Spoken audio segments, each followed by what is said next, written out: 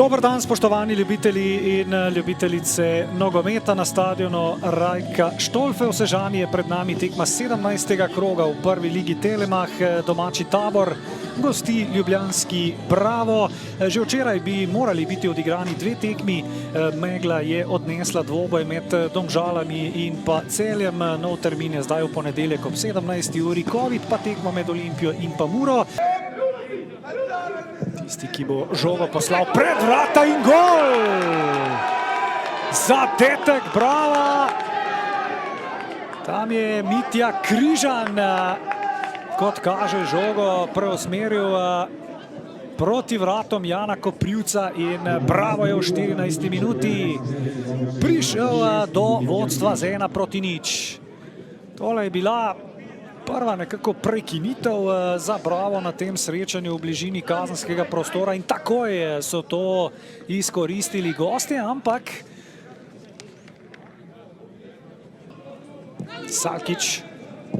Salkić proti Stančiću, tole je lepa akcija, toda na koncu žoga v naročju Renata Josipovića. Vsaj do točke. Bajde z razdalje in zanesljivo Koprivec. Izkušnje v preteklosti nabiral tudi v tujini. Zdaj pa nov napad Brava, Ogrinec proti Bajdetu. Bajde je padel in Borošak je pokazal na belo točko. Prekršek, kot kaže, Guerika nad Bajdetom. Blizu je bil Borošak, poglejmo še iz tega zornega kota.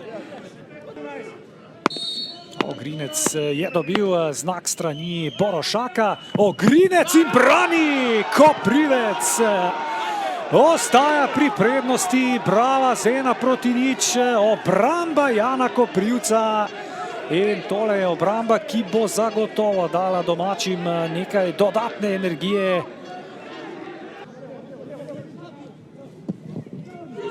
Pa napaka v obrambi Tabora. Tole je zdaj priložnost za Maružina. Maružin! Zelo sebično Maružin. Salkić, Bongongui. Tole v priložnosti pa Krivičič. Tole je zdaj priložnost za Mavretiča. Mavretič prečka. Pa še ena priložnost. Darkošič je tule zdaj rešil. Stančić v kazenskem prostoru. Sana izgubuje žogo, Francoz pa Bongongui. Stančić je tule dobro zagradil žogo. Pa podaja proti Stankoviću. Stanković 1:1. Stanković prek vrat. Bravo se v tem drugem polčasu z izjemo uvoda, ko so torej zapravili stres bele točke, krčevito brani, ko je Riko pred vrata in Stančić tule žoge ni poslal v mrežo. Res neverjetno. Mihajlović proti Bongonguiju, krasna dvojna podaja. Mihajlović, tole je zdaj priložnost za Tabor, toda Krevičič žoge ni spravil do Josipovića.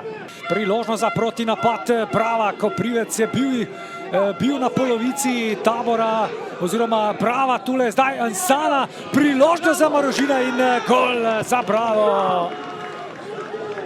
Ja, Koprivec je bil pred vrati Josipovića. Vrata so bila prazna in na koncu so gostje po protinapadu prek Lorena Maružina dosegli zadetek za 2:0. Zadetek za potrditev zmage. Tule predtem padec Stančića, predtem na tleh tudi Gueriko, no potem pa takole Ansana in sledil je protinapad Brava.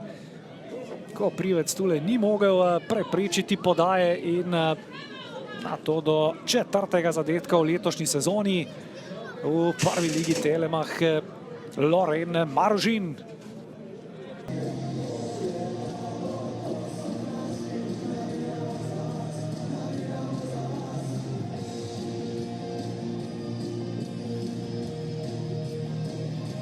Z mano je trener Brava, gospod Dejan Grabič. Kako ste vi videli tole tekmo? Zelo podobno kot zadnjih, ne vem, 8-9 tekem naših. tekma, kjer odloča, ne vem, en protinapad, ena prekinitev na kjerokoli stran. In mi smo zelo veseli, moram reči, da smo presrečni, da se nam je končno obrnilo tudi rezultatsko v našo smer, ker imeli smo nekaj tekem, ki niso bile vsebinsko nič kaj boljše kot te in smo zmagovali. Potem je sledila serija 4-5 tekem, ko smo imeli podobno razmerje na igrišču in smo v zadnjih minutah zapravljali točke. Tako da na koncu bom rekel, da pač smo bili bolj srečni. Danes lahko pa pohvalim igralce, da so dosledno izvajali tisto, kar smo se dogovorili in bili agresivni, bili tekmovalni in to je verjetno ključ do zmage. Tabor je v drugem polčasu kar precej pritisnil proti vašim vratom. Je bila to mogoče stvar odločitve, da prepustite pobudo tekmecu? Ne, nikakor. Mi po zgrešeni 11-metrovki mislim, da smo nekako psihološko padli, se pravi, da nismo bili več toliko intenzivni, se je zavlekel nek strah in nismo držali tiste kompaktnosti, kjerkoli že smo bili na igrišču in to je verjetno botrovalo temu, da se nismo mogli sestaviti v nekaj smiselnega. Tudi Tabor je napadal, imel priložnosti, imeli smo nekaj sreče, ampak vseeno, kot sem rekel, taka tekma se bo jutri pozabila in se bo štel sam rezultat in v končni fazi za to igramo, mi bomo pa vseeno popravljali tisto, kar je bilo slabše in nadgrajevali tiste stvari, ki so bile dobre. Hvala in srečno. Hvala.